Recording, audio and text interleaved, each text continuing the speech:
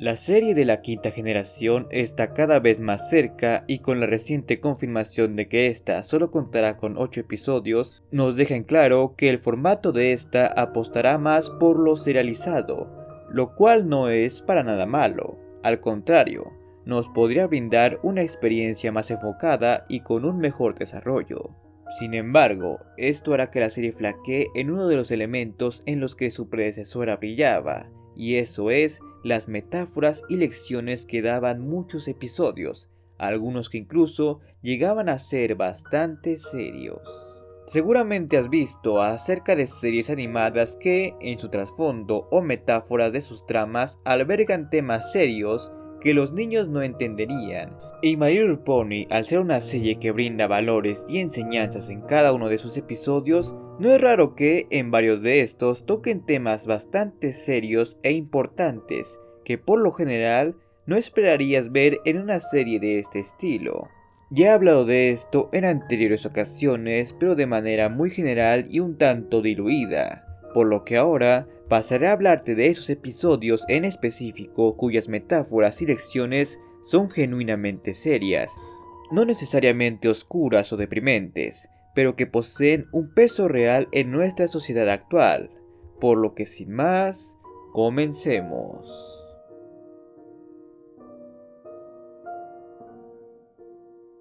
Este episodio ya lo he mencionado en varias ocasiones y seguramente ya sabes qué voy a decir de él, pero aún así considero apropiado incluirlo en esta lista, pues su metáfora es de las más importantes, aunque debo decir que no fue llevada de la mejor manera. En el episodio Nadar o Trotar nos cuenta la historia de cómo Terramar, el hermano de Silverstream, tiene que elegir entre vivir en la superficie con su padre o en el océano con su madre. Y a lo largo del capítulo vemos cómo se frustra por no saber elegir y cómo las Crusaders no le ayudan realmente con esa decisión, pues ellas también están indecisas. No hace falta ser un genio para saber que todo esto es una metáfora al divorcio y cómo los hijos tienen que lidiar con él, pues hablamos de alguien que tiene que decidir con cuál de sus padres vivir, los cuales por alguna razón están separados y no parece haber una intención de que vivan juntos nuevamente.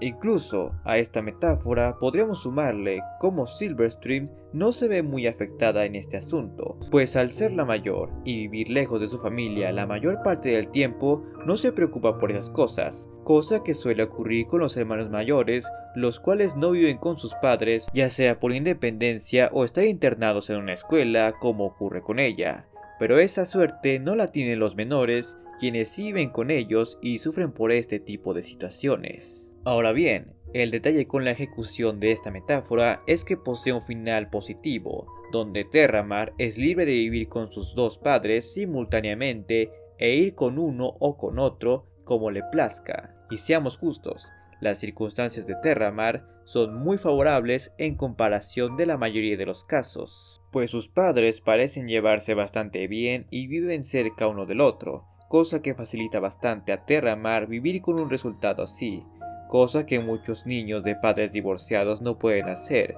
porque estos o no se llevan bien o no viven lo suficientemente cerca, o peor aún, ni siquiera le dejan escoger con quién quedarse, pues al final la custodia legal se termina quedando solo con uno de los dos. Sí, puede que se llegue a un acuerdo donde ambos padres compartan la custodia legal de sus hijos y se den turnos para cuidarlos, pero darles una libertad para andar con ambos del mismo modo que Terramar es casi imposible. Pero eso no le quita al episodio que haya abordado tan amistosamente un tema tan serio como este.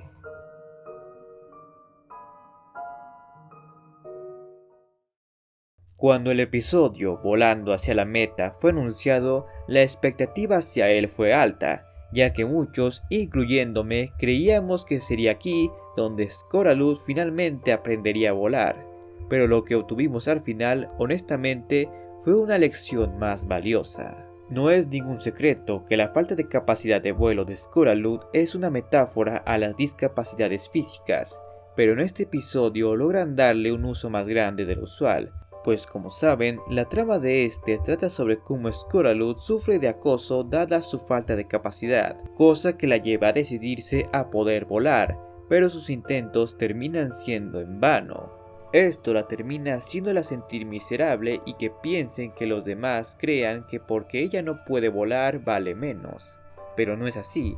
Sus amigas nunca les importó que ella no pudiera volar, porque saben que posee otros atributos igual de valiosos y que, si se enfoca en ellos, podrá lograr sus objetivos. Al final, ella termina entendiendo que su capacidad de vuelo jamás mejorará, pero eso no quiere decir que pueda encontrarle otros usos, pues siempre se pueden desarrollar habilidades y pasiones que se ajusten a tus capacidades físicas, y eso es precisamente lo que entendió Scotalud, quien desde siempre se enfocó en el patinaje y otros deportes extremos con los cuales logró lucirse y sentirse bien consigo misma. Por lo que este episodio termina dándonos una lección muy valiosa, que es que hay que reconocer tus límites y lograr un sentido de vida con ellos, porque al final, lo primero que debemos aceptar es a nosotros mismos.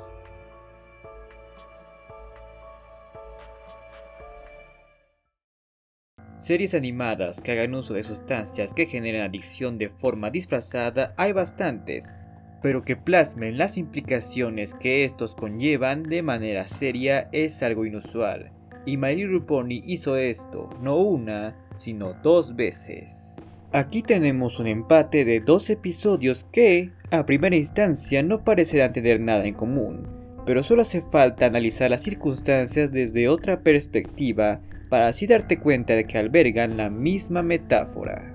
Primero tenemos Ataque de Codicia, en donde Spike, al recibir muchos regalos, rápidamente empieza a agarrarle el gusto y comienza a crecer desmensuradamente, generando así una personalidad agresiva y pérdida de raciocinio, al punto en que su único interés era obtener más y más objetos, no importando el daño que cause a los otros. Luego está Manifestación de Inspiración, en donde Rarity, quien estaba en una gran depresión por no hacer un buen carruaje, empieza a usar la magia de un libro maldito para así mejorar su rendimiento como diseñadora. Pero, en poco tiempo, va perdiendo la cordura, al grado de no querer separarse del libro y usando sus habilidades para alterar todo, sea necesario o no. Y a eso hay que sumarle que, al igual que Spike, ella también presentó un cambio físico, siendo en este caso su color de ojos. Quizás esto no te suene a que ambos casos estén relacionados,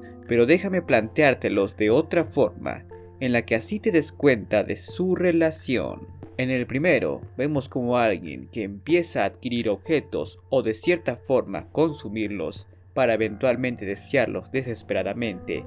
y en esa desesperación se vuelve más agresivo y con falta de razón, al punto en que lo único que le importa es conseguir esos objetos, no importando a quien pueda lastimar por ello. Y como un detalle bastante curioso, uno de los primeros objetos que posee, que de hecho ese sí lo consume, es un pastel de gemas azules, los cuales, quizás no de manera intencional, pero resultan ser bastante parecidos a la metanfetamina azul, que seguramente has visto en Breaking Bad y que sí existe. Mientras que en el segundo vemos como alguien entra en depresión y para aliviarse empieza a utilizar un objeto que aumenta su efectividad, pero a consecuencia pierde su cordura y su estabilidad emocional, al grado en que solo le importa seguir utilizándolo y alterar todo lo que hay a su alrededor, e incluso vemos como este empieza a alterar el color de sus ojos. Así que para este punto es bastante obvio que ambos episodios son una metáfora a la drogadicción y muchas de las implicaciones que posee, pues en ambos casos los involucrados se vuelven adictos a algo en especial y el consumirlo altera su personalidad, su cordura y hasta su físico, con la variante de que uno entró por gusto y curiosidad y la otra entró por depresión y desempeño, motivos muy comunes para generar adicciones. Y como última curiosidad en este puesto, sea o no coincidencia, es bastante curioso que los protagonistas de ambos episodios sean Spike y Rarity, y fuesen ellos quienes ayudaran a superar esos problemas, por lo que podríamos tomar esto como una historia de alguien que fue salvado de una adicción y posteriormente le devolvió el favor a esa persona cuando ésta cayó en lo mismo.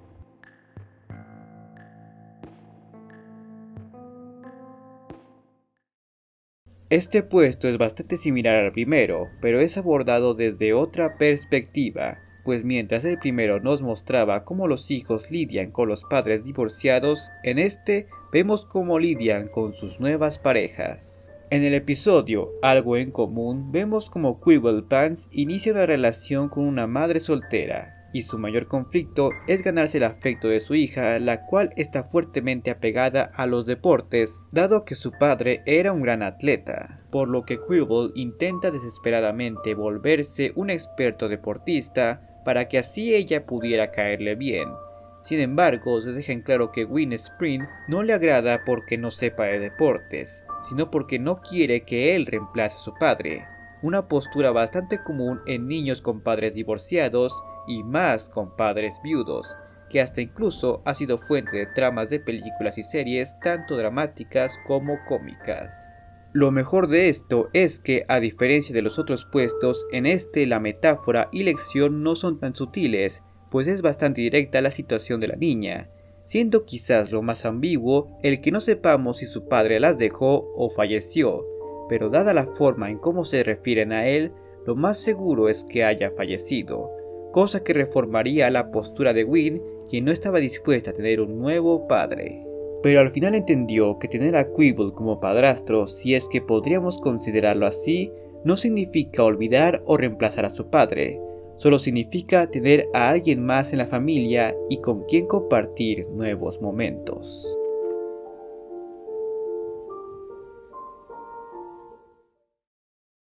La metáfora de este puesto seguramente ya la conoces, y quizás sea porque ya la he hablado antes, pero aún así, su valor es tanto que simplemente no puedo dejarla fuera, ya que es fácilmente una de las metáforas más fuertes de toda la serie.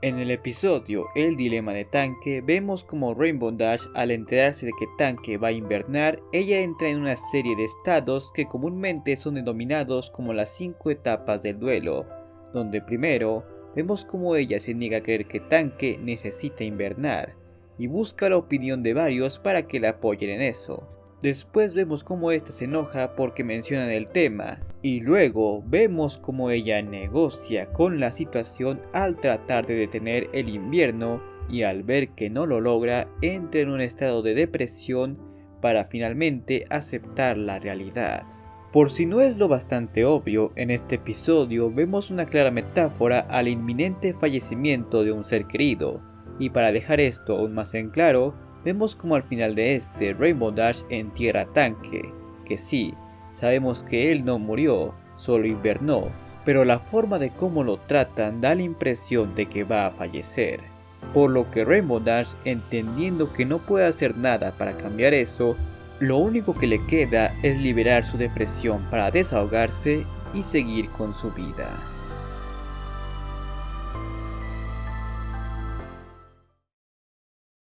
Si ves mis videos desde ese tiempo, sabrás perfectamente de lo que voy a hablar en este puesto, el cual es un empate de 4 episodios, los cuales siguen la misma línea argumental, y cuya metáfora es tan obvia, pero a la vez tan ingeniosamente disfrazada, que es de aplaudirse.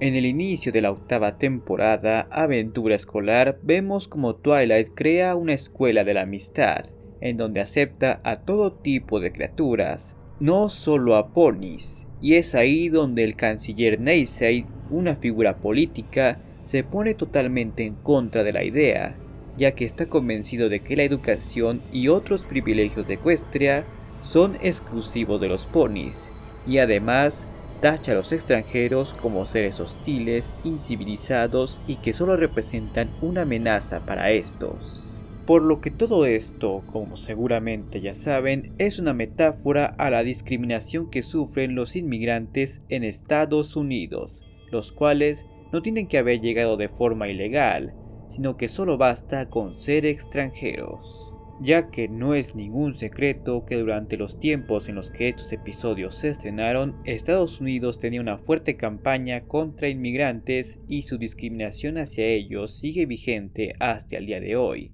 Pero ahí no acaba la cosa. Pues al final de la temporada la cosa se agudiza, ya que tras que Cozy robara la magia, el canciller Naysaid inmediatamente acusa a estos de ser los responsables pese a no tener ninguna prueba, cosa que, si a mí me preguntan, es bastante similar a cómo los políticos acusan a los inmigrantes de ser los responsables de traer los crímenes y el narcotráfico a su país. Pero además de eso tenemos a Cozy Glow, que al ser una pony pequeña y aparentemente adorable y tierna, le es fácil engañar a los demás para que así no crean que es la responsable del robo de la magia, lo que prácticamente le hace posible generar algo capaz de lastimar a sus compañeros, pues si recuerdan, al inicio del capítulo la pérdida de magia estuvo cerca de causar múltiples muertes de estudiantes inocentes que estaban caminando en las nubes. Además, se había quedado implícito que lo que absorbía la magia era capaz de explotar y destruir toda la escuela. Y si a esto le sumamos la falta de cordura de Cozy, creo que podríamos decir que ella podría ser una alusión a aquellos estudiantes de Estados Unidos que causan tiroteos y otros ataques a las escuelas, pero eso ya lo dejaré a tu interpretación. Lo que sí es claro es que la forma en cómo se manejó esa metáfora sobre la discriminación a los inmigrantes y extranjeros fue lo que hizo que a mi parecer esta sea la mejor temporada.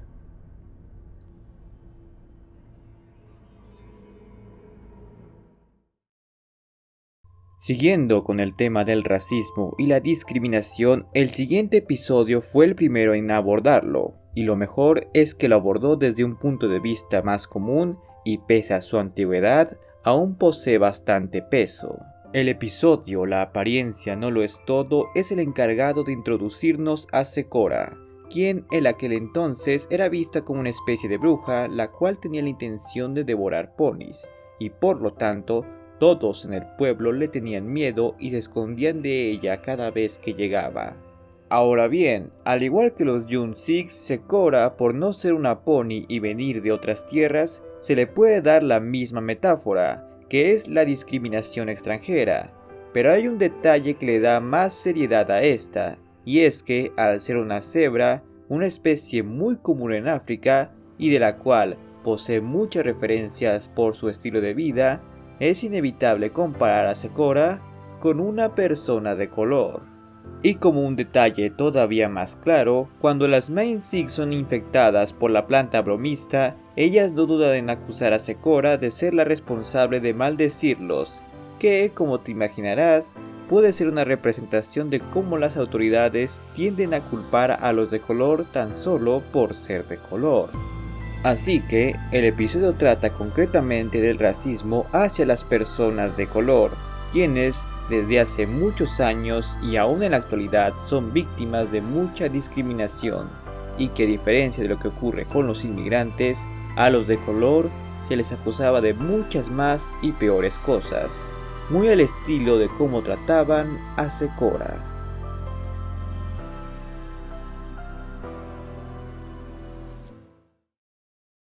Creo que todos estamos de acuerdo en que cuando una serie o franquicia se vuelve bastante popular, suele atraer público muy exigente que no entiende o no respeta la visión del creador, y peor aún, tiene la idea de que es su visión la que debe ser respetada, pese a que es solo una persona cualquiera y no un director o escritor. La cosa se hace más delicada cuando la causa de la popularidad no es la historia o el desarrollo de los personajes, sino elementos secundarios o de poca importancia como la nostalgia o peor aún, las parejas. Y My Little Pony tiene un episodio enteramente dedicado a eso. En Fama y Desgracia vemos como las Main Six, tras publicar el diario de la amistad, el cual narra muchas de sus aventuras, empiezan a ser hostigadas por varios fanáticos, los cuales, lejos de mostrar interés y apreciar las enseñanzas del libro, solo muestran actitudes molestas y hasta podríamos decir tóxicas. Desde algo tan simple como los que guardan los libros y ni siquiera los leen porque al estar firmados se vuelven coleccionables, pasando por aquellos que siguen a un famoso y lo tratan como una atracción de circo o algo por el estilo, porque piensan que la personalidad de su personaje es su personalidad real, y peor aún, aquellos que atacan directamente a alguien porque simplemente no les gusta su personaje. Claro que aquí se trataba de personas reales y no de interpretaciones, pero de hecho lo hace aún peor, pues están molestando y atacando a alguien solo por escribir sus experiencias personales, que técnicamente no tienen nada que ver con el público que se las toma a pecho. La cosa llega a su cúspide cuando vemos que toda esa fanaticada empieza a criticar a las Mind Six por todo, e incluso empieza a discutir entre ella, y aunque al final ellas intenten explicarles que no es la intención del libro y que ellas no pueden ser como ellos quisiesen, estos no terminan por entender y siguen discutiendo. Creo que es bastante claro que este episodio trata sobre la toxicidad de los fans, no solo de los brownies, sino de cualquier fandom, especialmente de las franquicias más populares, donde en varias ocasiones, si no es que en todas, los disque fans de estas franquicias critican constantemente la obra, volviéndose unos completos inconformes con esta y además ignorando por completo las enseñanzas y valores que ésta representa. Además de criticar y atacar al autor por las decisiones que toma, ignorando que él como autor tiene el derecho a determinar el rumbo de la historia y creyéndose ellos los que deberían decidir el rumbo de esta. También vemos los múltiples casos de ataques hacia los actores que interpretan algún personaje del desagrado general, algunos llegando hasta amenazar de muerte, cosa que puede afectar su salud emocional. Y por supuesto, las infinitas disputas entre la propia comunidad, las cuales parecen nunca resolverse y siempre se generan más. Y al igual que ocurre con los actores, algunos de estos fans suelen ser atacados y amenazados, también afectando su salud emocional. Y al final del episodio vemos la conclusión más realista que pudimos tener, mostrando las dos caras de la moneda de estas situaciones. Pues por un lado vemos que pese a todo, si hay personas que valoran la historia, entienden los mensajes que representan y están dispuestos a aplicarlos, aunque estos sean muy pocos. Y por el otro lado, vemos que la gran mayoría seguirán con esa postura necia de querer siempre pelear por todo.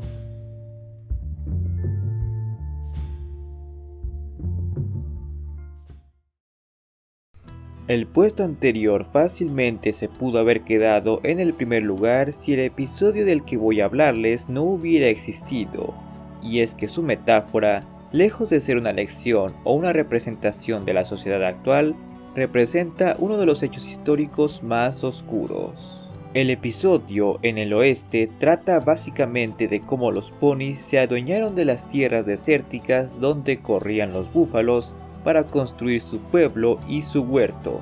lo que provoca que ambos grupos entren en conflicto, dado que uno quiere defender sus tierras ancestrales y el otro quiere prosperar como comunidad. El detalle está en la caracterización de estos bandos, pues los ponis son representados como vaqueros, los cuales asentaban tierras que técnicamente eran extranjeras y básicamente no respetaban la integridad de los búfalos, pese a que no lo pareciese. Ahora volvemos a la misma lógica de antes con los búfalos, ya que ellos, al no ser ponis, son una representación de los extranjeros, o más bien, de los nativos, ya que, por su vestimenta, sus tiendas y costumbres, es más que obvio que representaban a los indios o a los nativos americanos. Por lo que, como te imaginarás, este episodio es una alegoría a las guerras indígenas, en donde, como saben, los colonizadores europeos masacraron a las tribus nativoamericanas en su afán de crear lo que hoy es Estados Unidos. Incluso lograron retratar los ataques que los trenes sufrían por parte de los indios. Claro que la principal diferencia está en la forma en cómo se llevó a cabo el conflicto, pues obviamente no podían representarlo con la misma brutalidad que este poseía, pues por un lado los búfalos se retratan como seres amistosos que no van con la intención de lastimar a nadie, eso al menos en principio, antes de amenazar con aplastar el pueblo, y por el otro los ponis vaqueros jamás se les ve portar un rifle o cualquier tipo de arma por obvias razones. Y en su lugar infantilizaron la situación con pasteles de manzana, siendo ahí donde está el mayor punto divisor, pues como saben, fueron esos pasteles los que hicieron que los ponis y búfalos hicieran un acuerdo, dado a que el jefe Thunderhawks le gustó el sabor. Pero tan solo imagínense que este hubiese sido atacado por un arma real en esa dramática pero inocente escena. Entonces creo que estaríamos de acuerdo en que el resultado de ese conflicto hubiese sido muy distinto. Creo que con todo esto podemos darnos cuenta de la inmensa calidad narrativa que varios de estos episodios poseían, porque después de todo, como bien dicen, una buena historia es aquella que cuenta dos sin que el público se dé cuenta. Pero si ahora quieres conocer 8 detalles y hechos perturbadores de My Little Pony, o a los 10 personajes más trágicos de la franquicia, te dejaré las respectivas ventanas a las que puedes acceder. Y como siempre, quiero agradecerle a todos los suscriptores que se han convertido en miembros del canal, y bueno, ustedes ya saben el resto. Por lo que nos veremos muy pronto.